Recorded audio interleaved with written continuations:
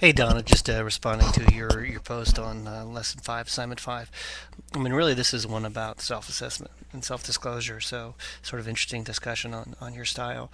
Um, I mean, it's interesting. I guess I look at this and I think about decision making and decision making processes, and sort of developing from the last discussion board about groups of people. One of my styles is to allow for decisions to be made. What I tell people is almost every decision makes itself.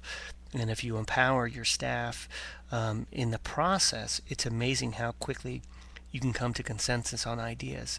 And when you get to the point where the actual decision has to be made, it becomes typically an easy one for everyone to buy in.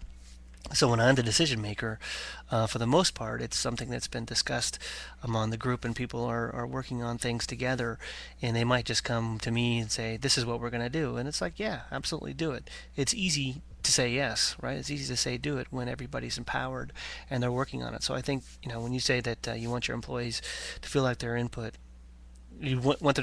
you don't want them to feel like their input's not worthy. The more and more you empower people to get involved in the process and make decisions on their own. And it's not the formality of saying yes or no. It's the idea that they're already engaged in the process and feel like they've contributed to the decision. That makes it real easy for them to buy in. Because one of the problems with autocracy is that the pendulum swings too far to the one side, which is that you can make an autocratic decision, say this is what we're going to do, but people may not be bought in. Where in the community discussion, the pendulum swings the other way, in that how can you make a decision when you have to go through so many steps and get so many people involved in just the decision making process? And so, sort of a nice balance in between, I found, is to sort of take a group and say, look, I may be the point person and I may be the one that says yes or no at the end, but you all see what needs to be done. Put your input, discuss it. What's the worst that can happen? Right, you're wrong, and we'll move on.